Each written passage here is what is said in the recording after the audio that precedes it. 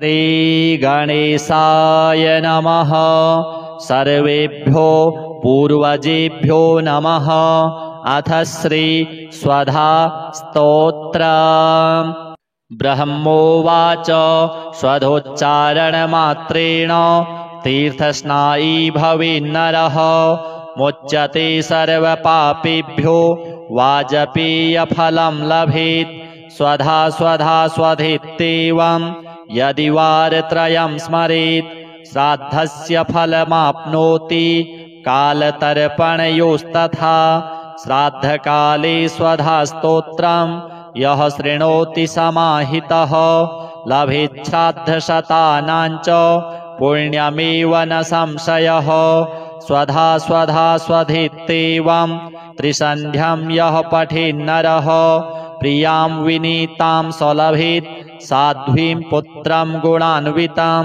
पितॄणां प्राणतुल्या त्वं द्विजजीवनरूपिणी श्राद्धाधिष्ठात्री देवी च श्राद्धादीनां फलप्रदा। बहिर्मन्मनसो गच्छ पितॄणां तुष्टिहेतवे सम्प्रीतये द्विजातीनां गृहिणां वृद्धिहेतवे। नित्यानित्यस्वरूपासि गुणरूपासि सूरते आविर्भावस्थिरो भावः सृष्टौ च प्रलये तव। ॐ स्वस्ति च नमः स्वाहा स्वधा त्वं दक्षिणा तथा। निरूपिताश्चतुर्वेदे षट्प्रशस्ताश्च कर्मिणां पुरासि त्वं स्वधा गोपी गोलोके राधिका सखी। धृतोरसि स्वधात्मानं कृतं तेन स्वधा स्मृता। ध्वस्ता त्वं राधिका शापात् गोलोकाद् विश्वमागता। कृष्णाश्लिष्टा तया दृष्टा पुरा वृन्दावने वने। कृष्णालिङ्गनपुण्येन भूता मे मानसी सुता। अतृप्तसुरते तेन चतुर्णां स्वामिनां प्रिया। स्वाहा सा सुन्दरी गोपी पुरासीद् राधिका सखी। रतौ स्वयं कृष्णमाह तेन स्वाहा प्रकीर्तिता। कृष्णेन सार्धं सुचिरं वसन्ते रासमण्डले। प्रमत्ता सुरते श्लिष्टा दृष्टा सा राधया पुरा। तस्याः शापेन सा ध्वस्ता गोलोकाद् विश्वमागता। कृष्णालिङ्गनपुण्येन समभूद्वहनि कामिनी। पवित्ररूपा परमादेव आद्यैर्वन्दिता नृभिः। यन्नामोच्चारणेनैव नरो मुच्येत पातकात्। या सुशीलाभिधा गोपी पुरासीद् राधिका सखी। उवास दक्षिणे क्रोडे कृष्णस्य च महात्मनः। प्रध्वस्ता सा च तच्छापात् गोलोकाद् विश्वमागता। कृष्णालिङ्गनपुण्येन सा बभूव च दक्षिणा। सा प्रेयसी रतौ दक्षा प्रशस्ता सर्वकर्मसु। उवास दक्षिणे भर्तुर्दक्षिणा तेन कीर्तिता।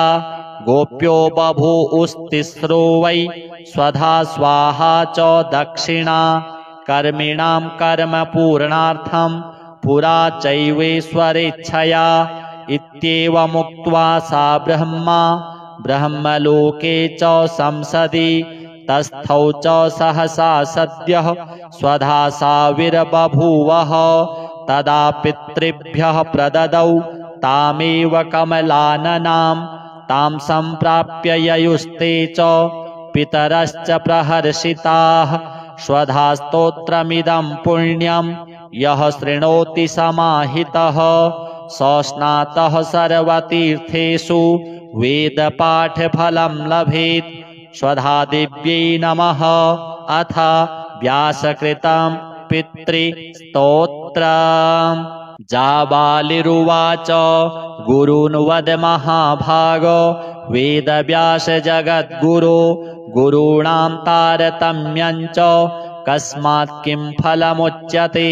व्यास उवाच माता पिता गुरुः श्रेयान् ज्येष्ठभ्राता पितामहः श्वशुरो मातुलश्चैव तथा मातामहः स्मृतः पितुर्ज्येष्ठः कनिष्ठश्च भ्राता ज्येष्ठा निजस्वसा पितुः स्वसा जनन्याश्च स्वसा गुरुजनाः स्मृताः पत्न्यः पितामहादीनां तथैव गुरवः स्मृताः एतेषु हि पिता श्रेयान् गुरुरेव महागुरुः पिता धर्मः पिता स्वर्गः पिता हि परमं तपः पितरिप्रीतिमापन्ने प्रीयन्ते सर्वदेवता पिता यस्य क्वचिद्दृष्टो न तस्य कस्यचित् गतिः जपोदानं तपो होमः स्नानं तीर्थक्रियाविधिः वृथैव तस्य सर्वाणि कर्माण्यन्यानि कानिचित् करोति सर्वदेवेशं पितरं चानुतप्ययः अनुतापः पितुस्तीव्रं विषं दहति यं सुतं जपादिविफलं तत्र दग्ध्यक्षित्युक्तबीजवत् पित्रर्थे पुण्यकर्माणि कुर्यात् सर्वाणि सत्सुतः तेनाननुमतोऽप्येवं कुर्वन्नेवावसीदति यत्नात्तु पितरं यस्तु कियत् पुण्यं च कारयेत् स तत्पुण्यफलं कोटिगुणमाप्नोत्यसंशयम् शृणु वक्षे पितुः स्तोत्रं विष्णवे ब्रह्मणोदितं नाभिपद्मोद्भवो येन तुष्टावपितरं स्वतं ब्रह्मोवाच ॐ नमः पित्रे जन्मदात्रे सर्वदेवमयाय च सुखदाय प्रसन्नाय सुप्रीताय महात्मने सर्वयज्ञस्वरूपाय स्वर्गाय परमेष्ठिने सर्वतीर्थावलोकाय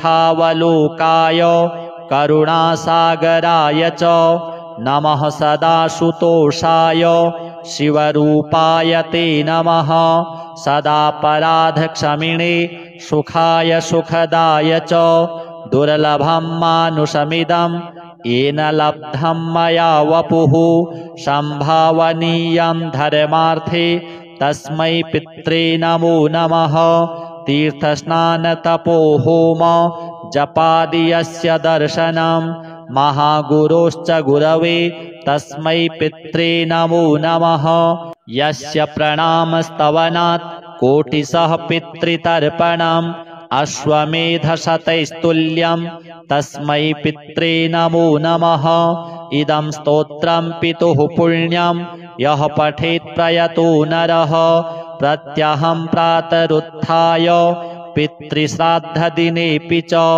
स्वजन्मदिवसे साक्षात् पितुरग्रे स्थितोऽपि वा न तस्य दुर्लभं किञ्चित् सर्वज्ञतादिवाञ्छितं नानापकर्म कृत्वापि यः स्तौति पितरं सुतः स ध्रुवं प्रविधायैव प्रायश्चित्तं सुखी भवेत् पितुः प्रीतिकरो नित्यं सर्वकर्माण्यथार्हति श्रीपितृदेवार्पणमस्तु। अथ श्री लक्ष्मीनारायण कवच। श्रीभैरव उवाच अधुना देवि वक्ष्यामि लक्ष्मीनारायणस्य ते कवचं मन्त्रगर्भं च वज्रपञ्जरकाख्यया। श्रीवज्रपञ्जरं नाम कवचं परमाद्भुतं रहस्यं सर्वदेवानां साधकानां विशेषतः यं धृत्वा भगवान् देवः प्रसीदति परः पुमान् यस्य धारणमात्रेण ब्रह्मालोकपितामहः ईश्वरोऽहं शिवो भीमो वासवोऽपि दिवस्पतिः सूर्यस्तेजो निधिर्देवी चन्द्रमास्तारकेश्वरः वायुश्च बलवान् लोके वरुणो यादसाम्पतिः कुबेरोऽपि धनाध्यक्षो धर्मराजो यमः स्मृतः यं धृत्वा सहसा विष्णुः संहरिष्यति दानवान् जघान रावणादिश्च किं वक्ष्येऽहमतः परं कवचस्यास्य सुभगे कथितोऽयं मुनिः शिवः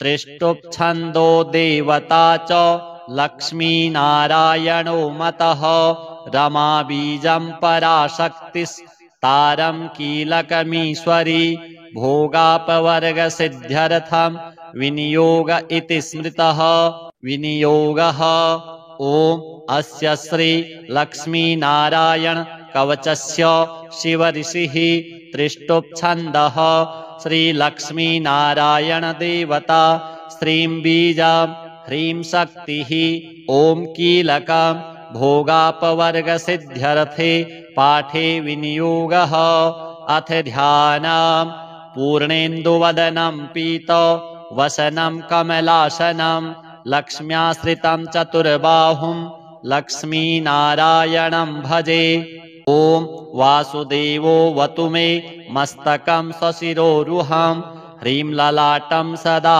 पातु लक्ष्मीविष्णुः समन्ततः ह्यसौ नेत्रैवताल्लक्ष्मी गोविन्दो जगतां पतिः ह्रीं नासां सर्वदा पातु लक्ष्मीदामोदरः प्रभुः श्रीं मुखं सततं पातु देवो लक्ष्मीत्रिविक्रमः लक्ष्मीकण्ठं सदा पातु देवो लक्ष्मीजनार्दनः नारायणाय बाहू मे पातु लक्ष्मीगदाग्रजः नमः पार्श्वौ सदा पातु लक्ष्मीनन्दैकनन्दनः आम् आम् ईं ईं पातु वक्षो ॐ लक्ष्मीत्रिपुरेश्वरः ॐ ॐ ह्रीं ह्रीं पातु कुक्षिं ह्रीं लक्ष्मीगरुडध्वजः ह्रीं ह्रीं ऐं ऐं पातु पृष्ठं ह्यसौ लक्ष्मीनृसिंहकः ॐ औं अं अः पातु नाभिं ह्रीं लक्ष्मीविष्टरस्रवः कं खं गं घं गुदं पातु श्रीं लक्ष्मीकैटभान्तकः चं छं जं झं पातु शिश्नं लक्ष्मी लक्ष्मीश्वरः प्रभुः टं ठं डं ढं कटिं पातु नारायणाय नायकः तं थं दं धं पातु चोरु नमो लक्ष्मी जगत्पतिः पं फं बं भं पातु जानु ॐ ह्रीं लक्ष्मी चतुर्भुजः यं रं लं वं पातु जङ्घे ह्यसौ लक्ष्मी गदाधरः शं शं सं हं पातु गुल्फौ ह्रीं श्रीं लक्ष्मीरथाङ्गभृत् लं क्षः पादौ सदा पातु मूलं लक्ष्मीसहस्रपात् अङं यं णं नं मं मे पातु लक्ष्मीसह सकलं वपुः इन्द्रो मां पूर्वतः पातु वहनिर्वहनौ सदावतु यमो मां दक्षिणे पातु नैररित्यां निररितिश्च मां वरुणः पश्चिमे व्यान्मां वायव्येवतु मां मरुत् उत्तरे धनदः पायात् ऐशान्यामीश्वरो वतु वज्रशक्तिदण्डखड्ग पाशयष्टिध्वजाङ्किताः सशूलाः सर्वदा पान्तु दिगीसाः परमार्थदाः अनन्तः पात्वधो नित्यम् ऊर्ध्वे ब्रह्मावताच्च मां दश दिक्षु सदा पातु लक्ष्मीनारायणः प्रभुः प्रभाते पातु मां विष्णुर्मध्याह्ने वासुदेवकः दामोदरो वतात्सायं निषादौ नरसिंहकः शङ्कर्षणोर्धरात्रे व्यात् प्रभाते व्यात्रिविक्रमः अनिरुद्धः सर्वकालं विश्वक्सेनश्च सर्वतः रणे राजकुले द्यूते विवादे शत्रुसङ्कटे ॐ ह्रीं ह्यसौ ह्रीं श्रीं मूलं लक्ष्मीनारायणोऽवतु ॐ ॐ ॐ रणराजचौररिपुतः पायाच्च मां केशवः ह्रीं ह्रीं ह्रीं ह्यः हाय हसौ हस हसौ वहनेर्वतान् माधवः ह्रीं ह्रीं ह्रीं जलपर्वताग्निभयतः पायादनन्तो विभुः श्रीं श्रीं श्रीं शशशाललं प्रतिदिनं लक्ष्मीधवः पातु माम् इतीदं कवचं दिव्यं वज्रपञ्जरकाभिधं लक्ष्मीनारायणस्येष्टं चतुर्वर्गफलप्रदं सर्वसौभाग्यनिलयं सर्वसारस्वतप्रदं लक्ष्मीसंवननं तत्त्वं परमार्थरसायनं मन्त्रगर्भं जगत्सारं रहस्यं त्रिदिवौकषां दशवारं पठेद्रात्रौ रतान्ते वैष्णवोत्तमः स्वप्ने वरप्रदं पश्येल् लक्ष्मीनारायणं सुधीः त्रिसन्ध्यं यः पठेन्नित्यं कवचं मन्मुखोदितं स याति परमं धाम वैष्णवं वैष्णवेश्वरः महाचीनपदस्थोऽपि यः पठेदात्मचिन्तकः आनन्दपूरितस्तूर्णं लभेत् मोक्षं स साधकः गन्धाष्टकेन विलिखित रवौ भूर्जे जपन्मनुं पीतसूत्रेण संवेष्ट्य सौवर्णेनाथ वेष्टयेत् धारयेत् गुटिका मूर्ध्नि लक्ष्मीनारायणं स्मरन् रणे रिपुन् विजित्यासु कल्याणी गृहमाविशेत् वन्ध्या वा काकवन्ध्या वा मृतवत्सा च याङ्गना सा बध्नीयान् कण्ठदेशे लभेत् पुत्रांश्चिरायुषः गुरुपदेशतो धृत्वा गुरुं ध्यात्वा मनुं जपन् वर्णलक्षपुरश्चर्या फलमाप्नोति साधकः बहुनोक्तेन किं देवी कवचस्यास्य पार्वती विनानेन न सिद्धिः स्यान् मन्त्रस्यास्य महेश्वरी सर्वागमरहस्याढ्यं तत्त्वात् तत्त्वं परात् परम् अभक्ताय न दातव्यं कुचैलाय दुरात्मने दीक्षिताय कुलीनाय स्वशिष्याय महात्मने महाचीनपदस्थाय दातव्यं कवचोत्तमं गुह्यं गोप्यं महादेवी लक्ष्मीनारायणप्रियं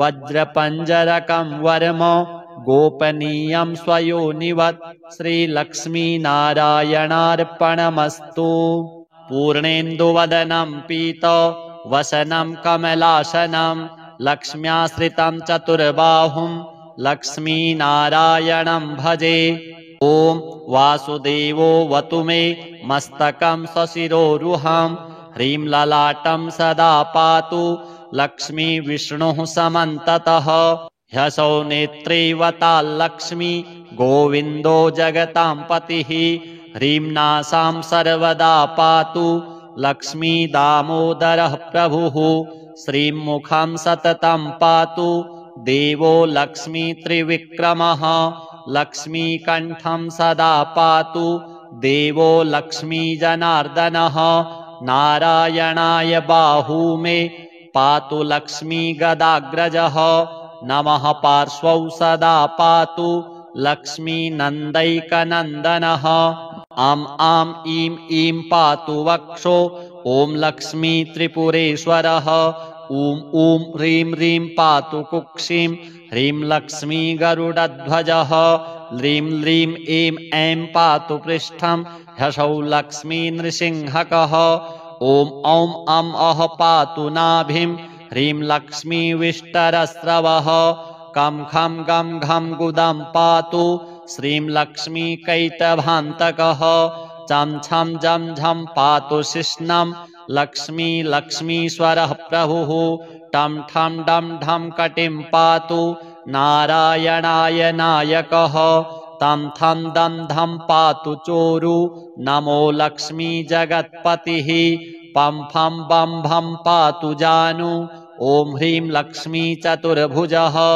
यं रं लं वं पातु जङ्घे ह्यसौ लक्ष्मी गदाधरः शं शं सं हं पातु गुल्फौ ह्रीं श्रीं लक्ष्मी रथाङ्गभृत् लं क्षः पादौ सदा पातु मूलं लक्ष्मी सहस्रपात् अङं यं णं नं मं मे पातु लक्ष्मी सह सकलं वपुः इन्द्रो मां पूर्वतः पातु वहनिर्वहनौ सदावतु यमो मां दक्षिणे पातु नैररित्यां निररितिश्च मां वरुणः पश्चिमे व्यान्मां वायव्ये वतु मां मरुत् उत्तरे धनदः पायात् ऐशान्यामीश्वरोऽवतु वज्रशक्तिदण्डखड्ग पाशयष्टिध्वजाङ्किताः सशूलाः सर्वदा पान्तु दिगीषाः परमार्थदाः अनन्तः पात्वधो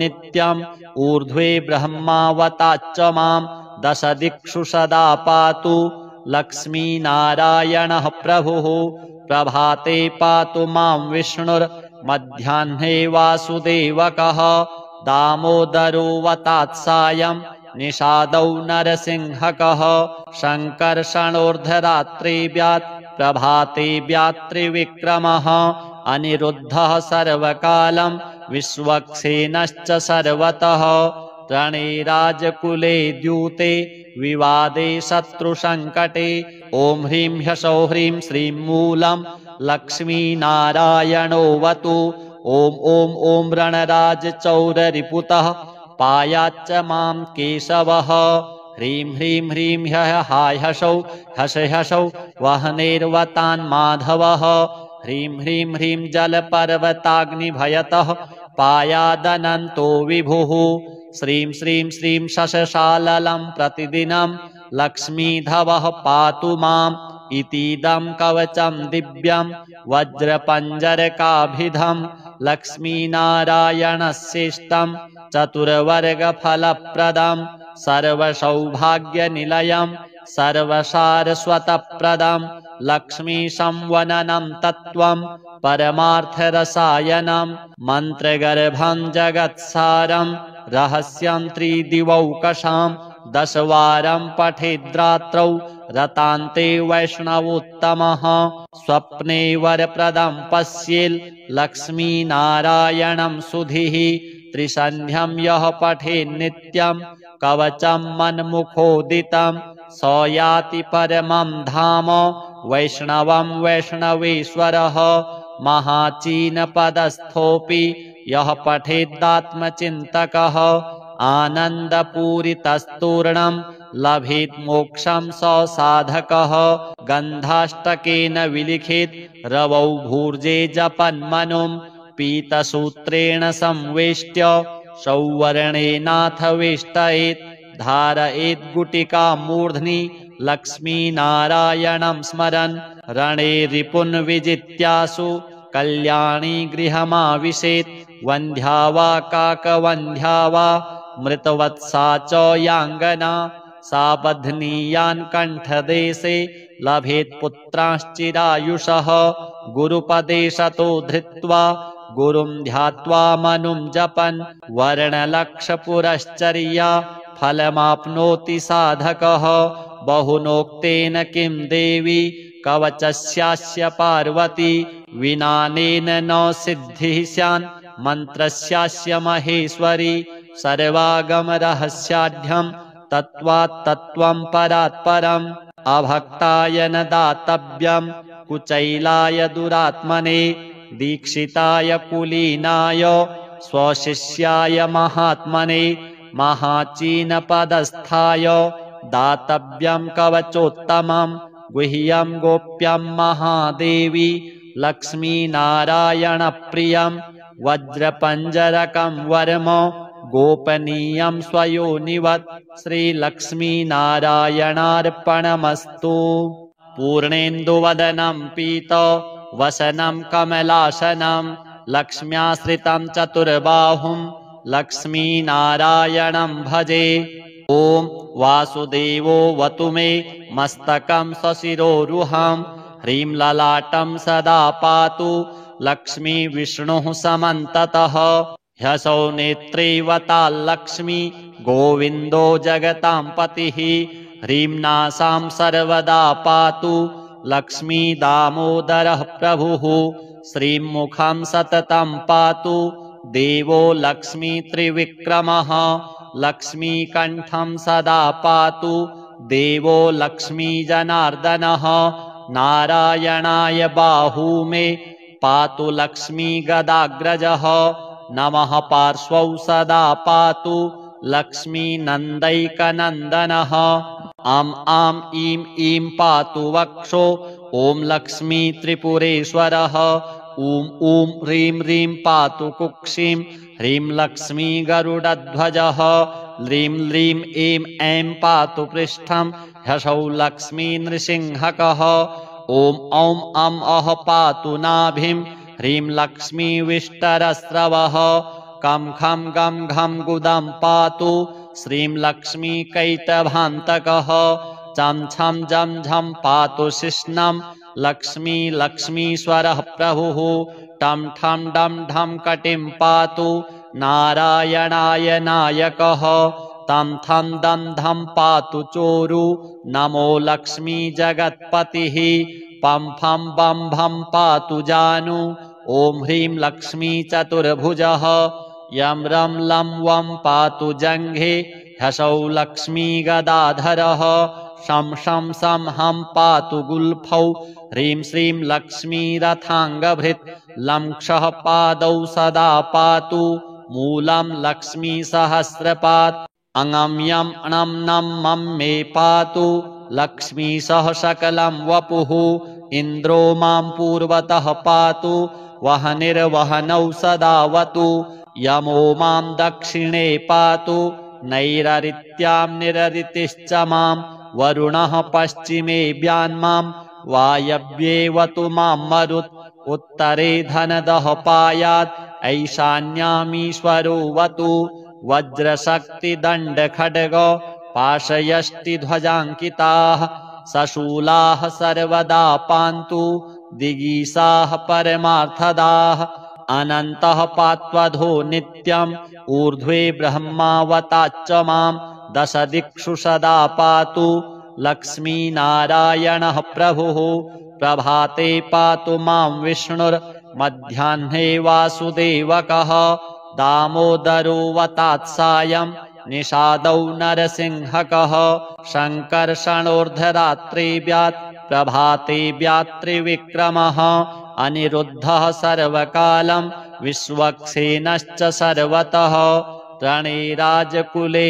द्यूते विवादे शत्रुसङ्कटे ॐ ह्रीं ह्सौः ह्रीं श्रीं मूलं लक्ष्मीनारायणोऽवतु ॐ ॐ ॐ रणराजचौररिपुतः पायाच्च मां केशवः ह्रीं ह्रीं ह्रीं हाय ह्सौः ह्सौः वह्नेर्वतान् माधवः ह्रीं ह्रीं ह्रीं जलपर्वताग्निभयतः पायादनन्तो विभुः श्रीं श्रीं श्रीं शशशाललं प्रतिदिनं लक्ष्मीधवः पातु माम् इतीदं कवचं दिव्यं वज्रपञ्जरकाभिधं लक्ष्मीनारायणस्येष्टं चतुर्वर्गफलप्रदं सर्वसौभाग्यनिलयं सर्वसारस्वतप्रदं लक्ष्मीसंवननं तत्त्वं परमार्थरसायनं मन्त्रगर्भं जगत्सारं रहस्यं त्रिदिवौकशां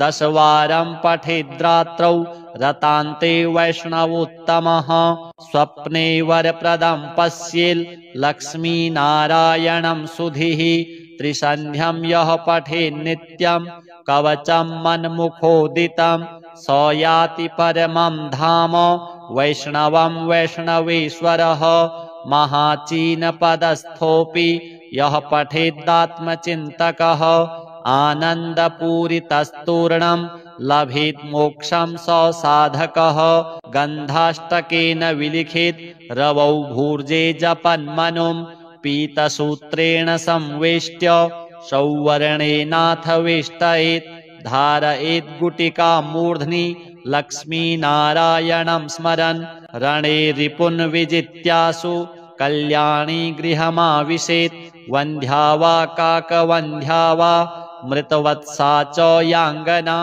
सा बध्नीयान् कण्ठदेशे लभेत् पुत्रांश्चिरायुषः गुरुपदेशतो धृत्वा गुरुं ध्यात्वा मनुं जपन् वर्णलक्षपुरश्चर्या फलमाप्नोति साधकः बहुनोक्तेन किं देवी कवचस्यास्य पार्वती विनानेन न सिद्धिः स्यान् मन्त्रस्यास्य महेश्वरी सर्वागमरहस्याढ्यं तत्त्वात् तत्त्वं परात् परम् अभक्ताय न दातव्यं कुचैलाय दुरात्मने दीक्षिताय कुलीनाय स्वशिष्याय महात्मने महाचीनपदस्थाय दातव्यं कवचोत्तमं गुह्यं गोप्यं महादेवी लक्ष्मीनारायणप्रियं वज्रपञ्जरकं वर्म गोपनीयं स्वयोनिवत्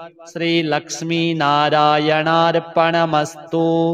पूर्णेन्दुवदनं पीत वसनं कमलासनं लक्ष्म्याश्रितं चतुर्बाहुं लक्ष्मीनारायणं भजे।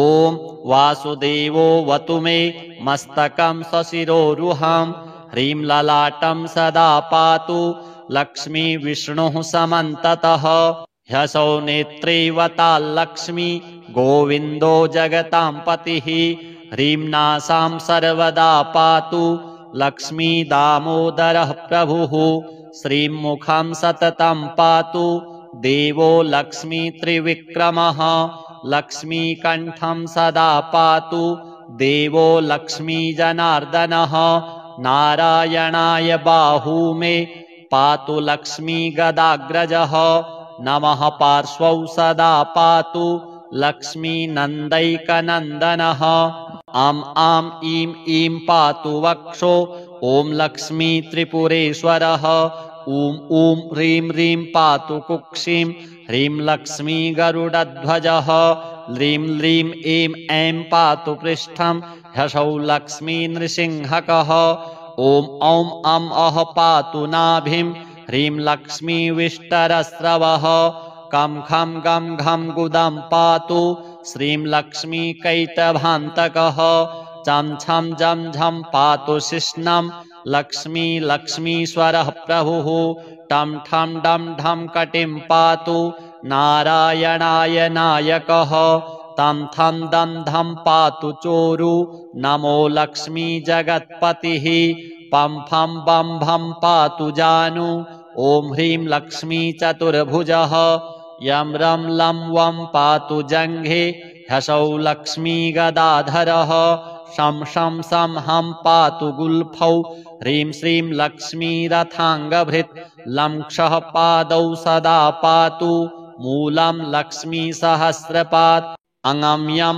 णं नं मं मे पातु लक्ष्मी सह सकलं वपुः इन्द्रो मां पूर्वतः पातु वहनिर्वहनौ सदावतु यमो मां दक्षिणे पातु नैररित्यां निररितिश्च मां वरुणः पश्चिमे व्यान्मां वायव्येवतु मां मरुत् उत्तरे धनदः पायात् ऐशान्यामीश्वरो वतु वज्रशक्तिदण्डखड्ग पाशयष्टिध्वजाङ्किताः सशूलाः सर्वदा पान्तु दिगीसाः परमार्थदाः अनन्तः पात्वधो नित्यम् ऊर्ध्वे ब्रह्मावताच्च मां दशदिक्षु सदा पातु लक्ष्मीनारायणः प्रभुः प्रभाते पातु मां विष्णुर्मध्याह्ने वासुदेवकः दामोदरो वतात्सायं निषादौ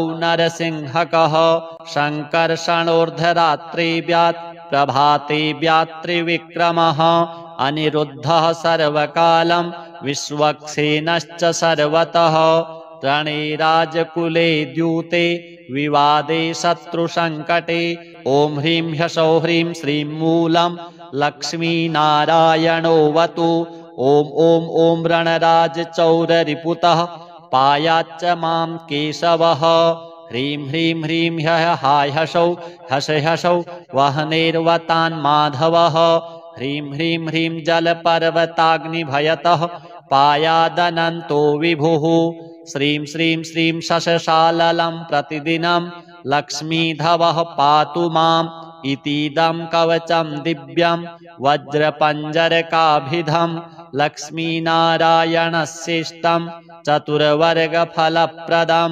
सर्वसौभाग्यनिलयं सर्वसारस्वतप्रदं लक्ष्मीसंवननं तत्त्वं परमार्थरसायनं मन्त्रगर्भं जगत्सारं रहस्यं त्रिदिवौकषां दशवारं पठेद्रात्रौ रतान्ते वैष्णवोत्तमः स्वप्ने वरप्रदं पश्येल् लक्ष्मीनारायणं सुधिः त्रिसन्ध्यं यः पठेन्नित्यं कवचं मन्मुखोदितं स याति परमं धाम वैष्णवं वैष्णवेश्वरः। महाचीनपदस्थोऽपि यः पठेदात्मचिन्तकः आनन्दपूरितस्तूर्णं लभेत् मोक्षं स साधकः। गन्धाष्टकेन विलिखित रवौ भूर्जे जपन्मनुं पीतसूत्रेण संवेष्ट्य सौवर्णेनाथ वेष्टयेत्। धारयेत् गुटिकां मूर्ध्नि लक्ष्मीनारायणं स्मरन् रणे रिपुन् विजित्यासु कल्याणी गृहमाविशेत्। वन्ध्या वा काकवन्ध्या वा मृतवत्सा च याङ्गना सा बध्नीयान् कण्ठदेशे लभेत् पुत्रांश्चिरायुषः। गुरुपदेशतो धृत्वा गुरुं ध्यात्वा मनुं जपन् वर्णलक्षपुरश्चर्या फलमाप्नोति साधकः।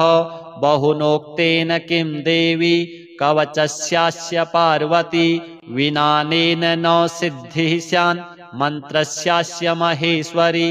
सर्वागमरहस्याढ्यं तत्त्वात् तत्त्वं परात् परम् अभक्ताय न दातव्यं कुचैलाय दुरात्मने दीक्षिताय कुलीनाय स्वशिष्याय महात्मने महाचीनपदस्थाय दातव्यं कवचोत्तमं गुह्यं गोप्यं महादेवी लक्ष्मीनारायणप्रियं वज्रपञ्जरकं वर्म गोपनीयं स्वयोनिवत् श्रीलक्ष्मीनारायणार्पणमस्तु। पूर्णेन्दुवदनं पीत वसनं कमलासनं लक्ष्म्याश्रितं चतुर्बाहुं लक्ष्मीनारायणं भजे। ॐ वासुदेवो वतु मे मस्तकं सशिरोरुहं ह्रीं ललाटं सदा पातु लक्ष्मी विष्णुः समन्ततः। ह्यसौ नेत्रैवताल्लक्ष्मी गोविन्दो जगतां पतिः ह्रीं नासां सर्वदा पातु लक्ष्मी दामोदरः प्रभुः। श्रीं मुखं सततं पातु देवो लक्ष्मी त्रिविक्रमः लक्ष्मीकण्ठं सदा पातु देवो लक्ष्मी जनार्दनः। नारायणाय बाहू मे पातु लक्ष्मी गदाग्रजः नमः पार्श्वौ सदा पातु लक्ष्मी नन्दैकनन्दनः। आं ईं ईं पातु वक्षो ॐ लक्ष्मी त्रिपुरेश्वरः। ॐ ह्रीं ह्रीं पातु कुक्षिं ह्रीं लक्ष्मी गरुडध्वजः। ह्रीं ह्रीं ऐं ऐं पातु पृष्ठं ह्सौ लक्ष्मी नृसिंहकः। ॐ औं अं अः पातु नाभिं ह्रीं लक्ष्मी विष्टरस्रवः। कं खं गं घं गुदं पातु श्रीं लक्ष्मी कैटभान्तकः। चं छं जं झं पातु शिश्नं लक्ष्मी लक्ष्मीश्वरः प्रभुः। टं ठं डं ढं कटिं पातु नारायणाय नायकः। तं थं दं धं पातु चोरु नमो लक्ष्मी जगत्पतिः। पं फं बं भं पातु जानु ॐ ह्रीं लक्ष्मी चतुर्भुजः। यं रं लं वं पातु जङ्घे ह्सौ लक्ष्मी गदाधरः। शं शं सं हं पातु गुल्फौ ह्रीं श्रीं लक्ष्मी रथाङ्गभृत्। लं क्षः पादौ सदा पातु मूलं लक्ष्मी सहस्रपात्। अङं यं णं नं मं मे पातु लक्ष्मी सह सकलं वपुः। इन्द्रो मां पूर्वतः पातु वहनिर्वहनौ सदावतु। यमो मां दक्षिणे पातु नैररित्यां निररितिश्च मां। वरुणः पश्चिमे व्यान्मां वायव्येवतु मां मरुत्। उत्तरे धनदः पायात् ऐशान्यामीश्वरो वतु। वज्रशक्तिदण्डखड्ग पाशयष्टिध्वजाङ्किताः सशूलाः सर्वदा पान्तु दिगीसाः परमार्थदाः। अनन्तः पात्वधो नित्यम् ऊर्ध्वे ब्रह्मावताच्च मां। दश दिक्षु सदा पातु लक्ष्मीनारायणः प्रभुः। प्रभाते पातु मां विष्णुर्मध्याह्ने वासुदेवकः। दामोदरो वतात्सायं निषादौ नरसिंहकः शङ्कर्षणोर्धरात्रिव्यात् प्रभाते व्यात्रिविक्रमः अनिरुद्धः सर्वकालं विश्वक्सेनश्च सर्वतः रणे राजकुले द्यूते विवादे शत्रुसङ्कटे ॐ ह्रीं ह्सौः ह्रीं श्रीं मूलं लक्ष्मीनारायणोऽवतु ॐ ॐ ॐ रणराजचौररिपुतः पायाच्च मां केशवः ह्रीं ह्रीं ह्रीं ह्यः हाय ह्सौः हस ह्सौः वह्नेर्वतान् माधवः ह्रीं ह्रीं ह्रीं जलपर्वताग्निभयतः पायादनन्तो विभुः श्रीं श्रीं श्रीं शशशाललं प्रतिदिनं लक्ष्मीधवः पातु माम् इतीदं कवचं दिव्यं वज्रपञ्जरकाभिधं लक्ष्मीनारायणस्येष्टं चतुर्वर्गफलप्रदं सर्वसौभाग्यनिलयं सर्वसारस्वतप्रदं लक्ष्मीसंवननं तत्त्वं परमार्थरसायनं मन्त्रगर्भं जगत्सारं रहस्यं त्रिदिवौकषां दशवारं पठेद्रात्रौ रतान्ते वैष्णवोत्तमः स्वप्ने वरप्रदं पश्येल् लक्ष्मीनारायणं सुधीः त्रिसन्ध्यं यः पठेन्नित्यं कवचं मन्मुखोदितं स याति परमं धाम वैष्णवं वैष्णवेश्वरः महाचीनपदस्थोऽपि यः पठेदात्मचिन्तकः आनन्दपूरितस्तूर्णं लभेत् मोक्षं स साधकः गन्धाष्टकेन विलिखित रवौ भूर्जे जपन्मनुं पीतसूत्रेण संवेष्ट्य सौवर्णेनाथ वेष्टयेत् धारयेत् गुटिका मूर्ध्नि लक्ष्मीनारायणं स्मरन् रणे रिपुन् विजित्यासु कल्याणी गृहमाविशेत् वन्ध्या वा काकवन्ध्या वा मृतवत्सा च याङ्गना सा बध्नीयान् कण्ठदेशे लभेत् पुत्रांश्चिरायुषः गुरुपदे शतो धृत्वा गुरुं ध्यात्वा मनुं जपन् वर्णलक्षपुरश्चर्या फलमाप्नोति साधकः बहुनोक्तेन किं देवी कवचस्यास्य पार्वती विनानेन न सिद्धिः स्यान् मन्त्रस्यास्य महेश्वरी सर्वागमरहस्याढ्यं तत्त्वात् तत्त्वं परात् परम् अभक्ताय न दातव्यं कुचैलाय दुरात्मने दीक्षिताय कुलीनाय स्वशिष्याय महात्मने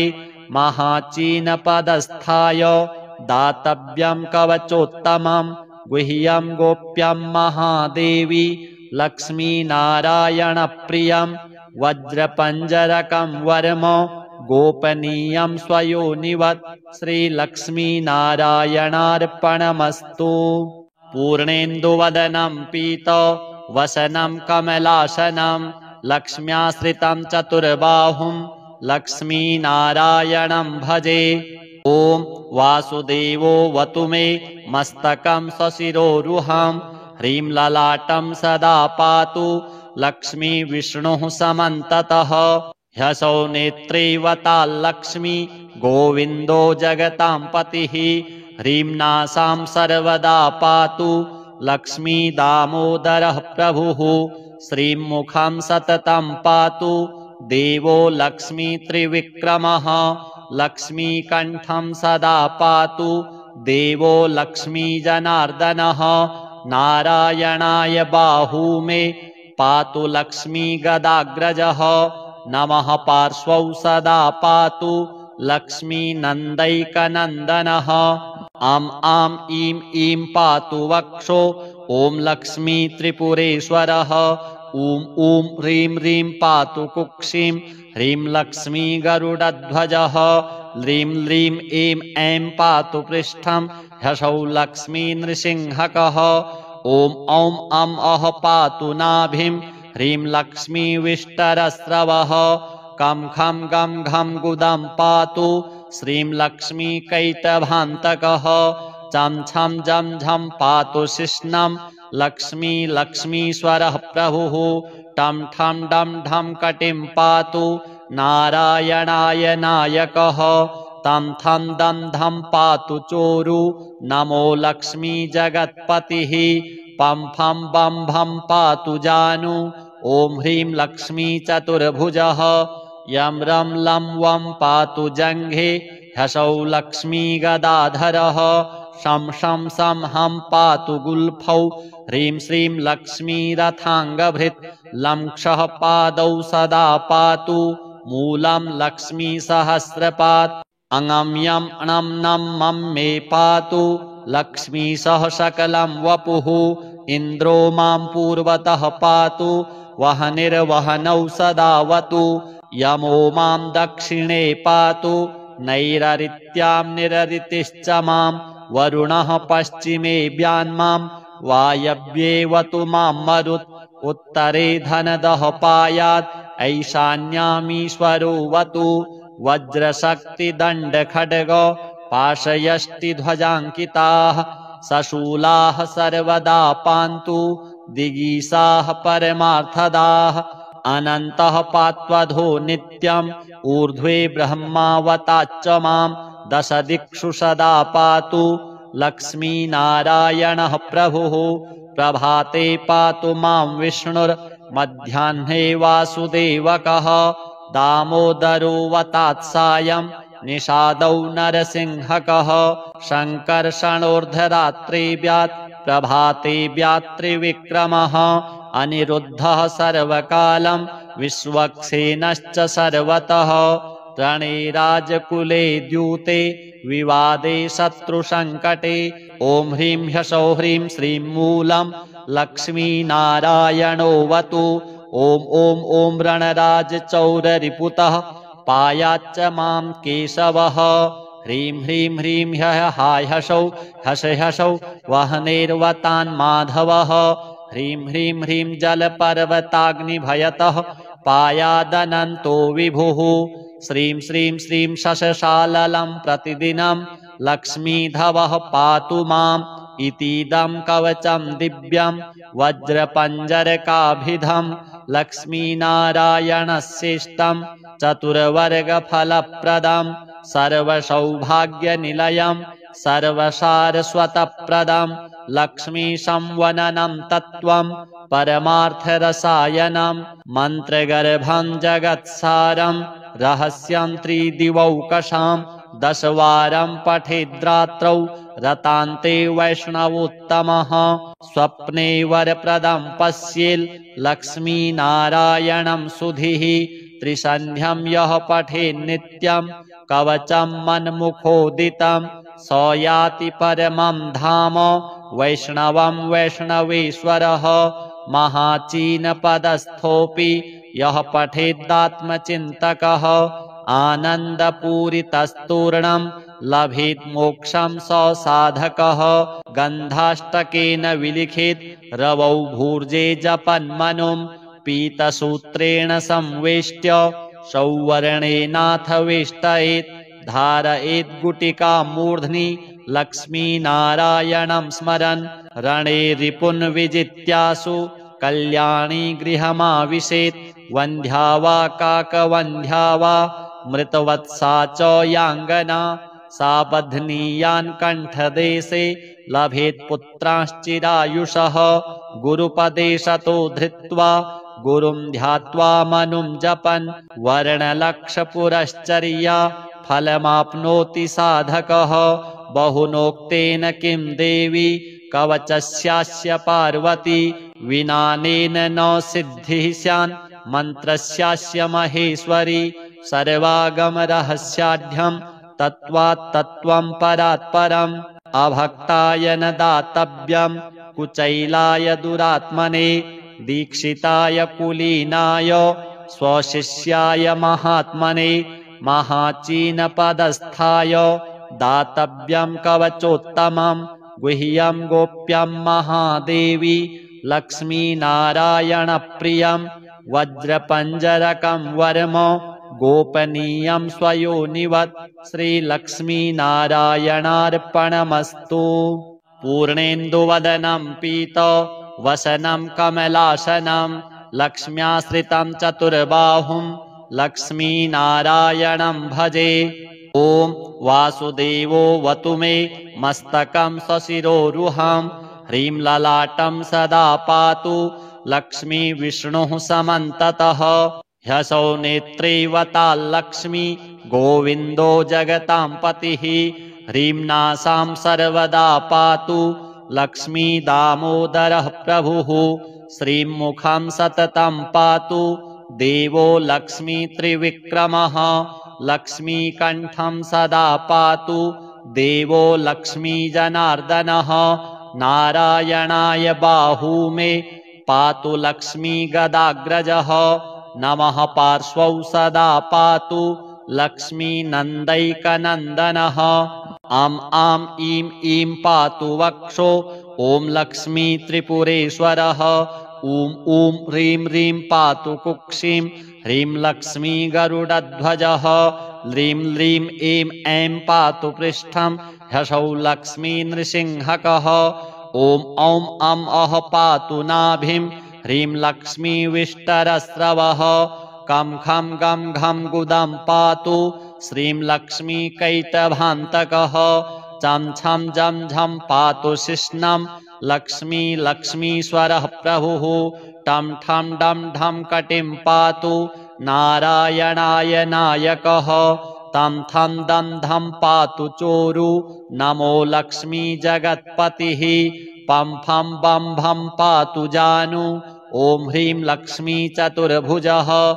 यं रं लं वं पातु जङ्घे ह्सौ लक्ष्मी गदाधरः।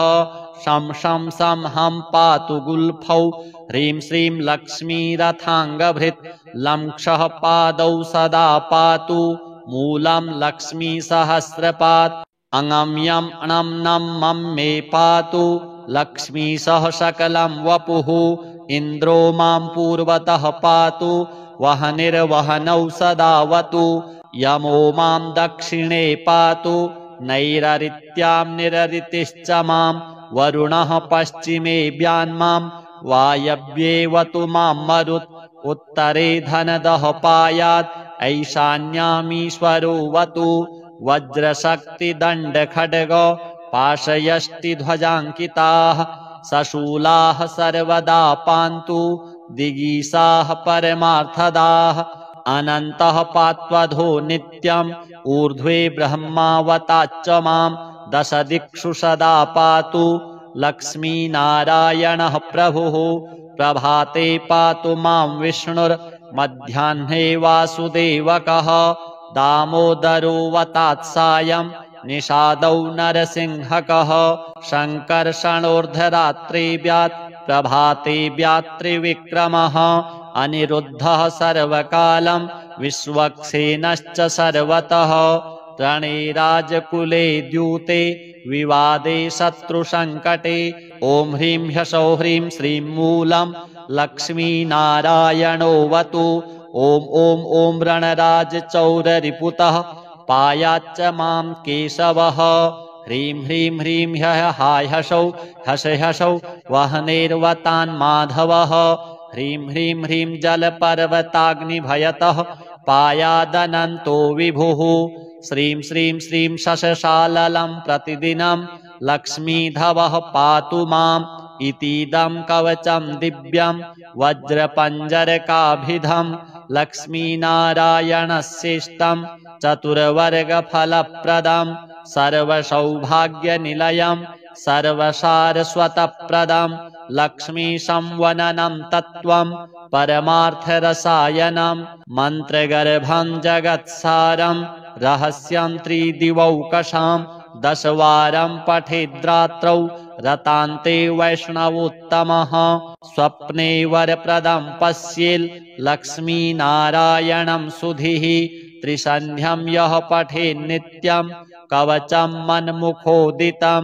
स याति परमं धाम वैष्णवं वैष्णवेश्वरः। महाचीनपदस्थोऽपि यः पठेदात्मचिन्तकः। आनन्दपूरितस्तूर्णं लभेत् मोक्षं स साधकः। गन्धाष्टकेन विलिखेत् रवौ भूर्जे जपन्मनुं।